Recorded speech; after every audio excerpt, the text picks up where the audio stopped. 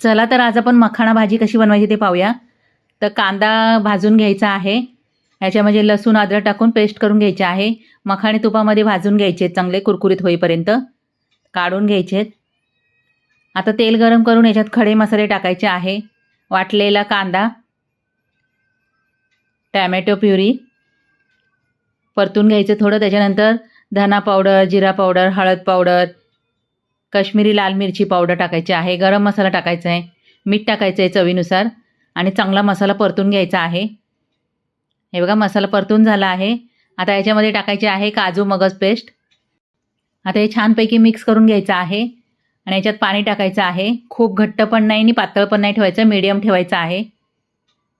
याच्यामध्ये चवीसाठी 1 चमचा साखर टाकायची आहे. कसुरी मेथी टाकायची आहे. उकळी येऊन द्यायची आणि त्याच्यानंतर गॅस बंद करून मखाणे टाकून द्यायचे आणि मस्त आपली भाजी तयार.